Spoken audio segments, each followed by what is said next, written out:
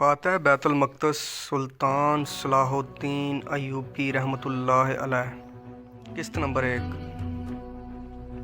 تم پرندوں سے دل بہلایا کرو، سپاہ گری اس انسان کے لیے ایک خطرناک کھیل ہے جو عورت اور شراب کا دل دادا ہو۔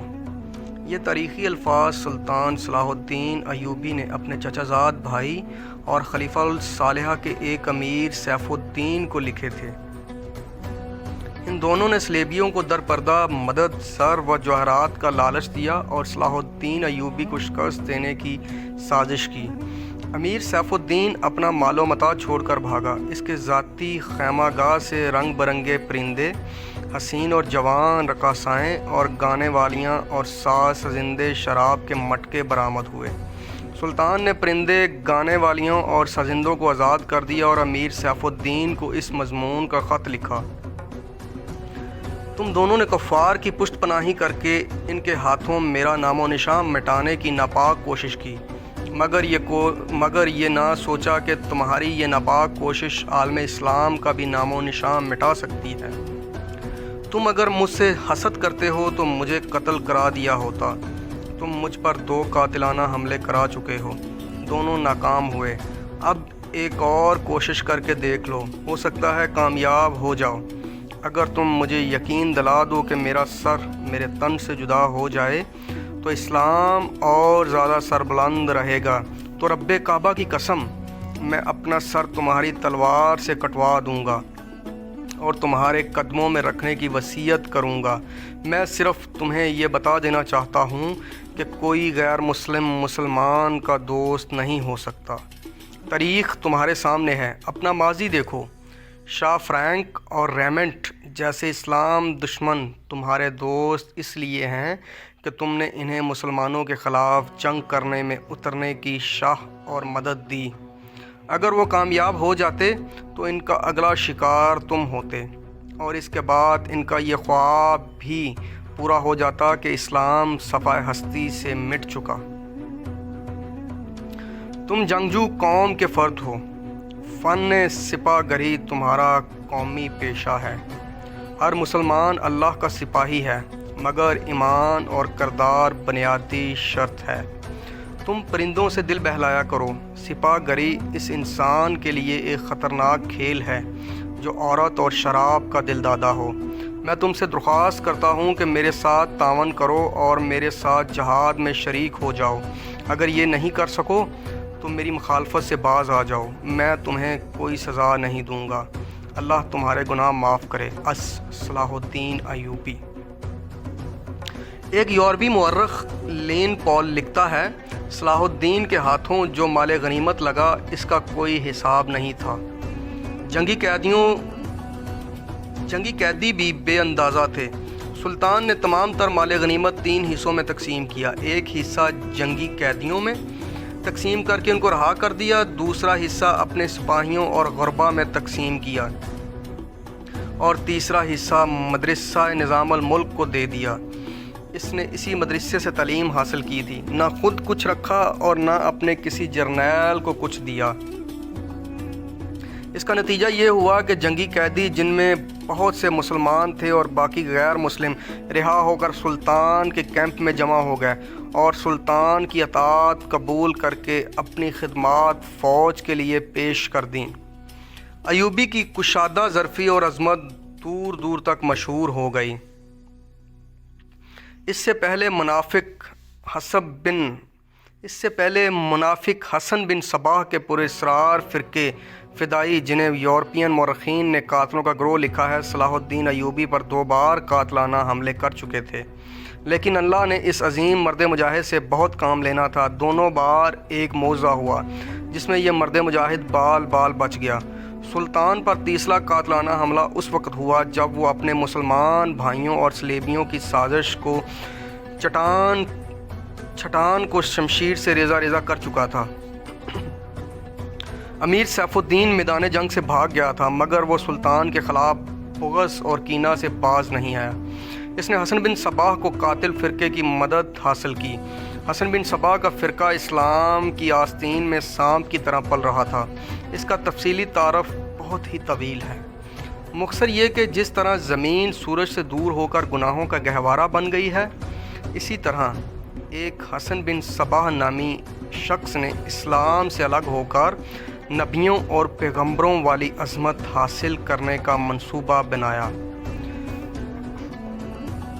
وہ اپنے آپ کو مسلمان ہی کہلاتا رہا اور ایسا گروہ بنایا جو طلسماتی طریقوں سے لوگوں کو اپنا پیروکار بناتا۔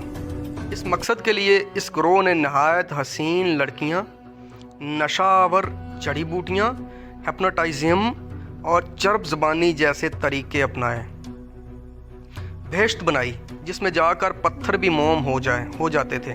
اپنے مخالفین کو قتل کرانے کے لیے ایک گروہ تیار کیا۔ قتل کے طریقے خفیہ اور پر اسرار ہوتے تھے۔ اس فرقے کے افراد اس قدر چلاک، ذہین اور نڈر تھے کہ بھیس بدل کر بڑے بڑے جرنیلوں کے باڈی گارڈ بن جاتے تھے، اور جب کوئی پر اسرار طریقے سے قتل ہو جاتا تو قاتلوں کو سراغ ہی نہ مل پاتا۔ کچھ عرصے بعد یہ فرقہ قاتلوں کا گروہ کے نام سے مشہور ہوا۔ یہ لوگ سیاسی قتل کے ماہر تھے، زہر بھی دیا کرتے تھے جو حسین لڑکیوں کے ہاتھوں شراب میں دیا جاتا تھا۔ بہت مدت تک یہ فرقے اسی مقصد کے لیے استعمال ہوتا رہا۔ اس کے پیروکار فدائی کہلاتے تھے۔ سلطان صلاح الدین ایوبی کو نہ تو لڑکیوں سے دھوکہ دیا جا سکتا تھا اور نہ ہی شراب سے۔ وہ ان دونوں سے نفرت کرتا تھا۔ سلطان کو اس طریقے سے قتل نہیں کیا جا سکتا تھا۔ اس کو قتل کرنے کا یہی ایک طریقہ تھا کہ اس پر قاتلانہ حملہ کیا جائے۔ اس کے محافظوں کی موجودگی میں اس پر حملہ نہیں کیا جا سکتا تھا۔ 2 حملے ناکام ہو چکے تھے۔ اب جب کہ سلطان کو یہ توقع تھی کہ اس کا چچا زاد بھائی الصالح اور امیر سیف الدین شکست کھا کر توبہ کر چکے ہوں گے، انہوں نے انتقام کی ایک اور زیر زمین کوشش کی۔ صلاح الدین نے اس فتح کا جشن منانے کی بجائے حملہ جاری رکھے اور 3 قصبوں کو قبضے میں لے لیا۔ ان میں غزہ کا مشہور قصبہ بھی شامل ہے۔ اسی قصبے کے گرد و نواح میں ایک روز سلطان صلاح الدین ایوبی امیر جاول الاسدی کے خیمے میں دوپہر کے وقت غنودگی کے عالم میں سستا رہے تھے۔ سلطان نے وہ پگڑی نہیں اتاری تھی جو میدان جنگ میں سلطان کے سر کو صحرا کی گرمی اور دشمن کی تلوار سے بچا کر رکھتی تھی۔ خیمے کے باہر اس کے محافظوں کا دستہ موجودگی اور چوکس تھا۔ باڈی گارڈز کے اس دستے کا کمانڈر ذرا سی دیر کے لیے وہاں سے چلا گیا۔ ایک محافظ نے سلطان کے خیمے میں گرے ہوئے پردوں میں سے جھانکا۔ اسلام کی عظمت کے پاسباں کی آنکھیں بند تھیں اور پیٹھ کے بل لیٹا ہوا تھا۔ اس محافظ نے باڈی گارڈز کی طرف دیکھا۔ ان میں سے 3-4 باڈی گارڈز نے اس کی طرف دیکھا۔ محافظوں نے اپنی آنکھیں بند کر کے کھولیں ایک خاص اشارہ کے ساتھ۔ 3-4 محافظ اٹھے اور 2-3 باقی باڈی گارڈز کو باتوں میں لگا لیا۔ محافظ خیمے میں چلا گیا اور خنجر کمر بند سے نکالا، دبے پاؤں چلا اور پھر چیتے کی طرح سوئے ہوئے سلطان صلاح الدین ایوبی پر جست لگائی۔ خنجر والا ہاتھ اوپر اٹھا۔ عین اسی وقت سلطان نے کروٹ بدلی۔ یہ نہیں بتایا جا سکتا کہ حملہ اور خنجر کہاں مارنا چاہتا تھا، دل میں یا سینے میں، مگر ہوا یوں کہ خنجر سلطان کی پگڑی کے بالائی حصے میں اتر گیا اور سر کے بال برابر جتنا دور رہا اور پگڑی سر سے اتر گئی۔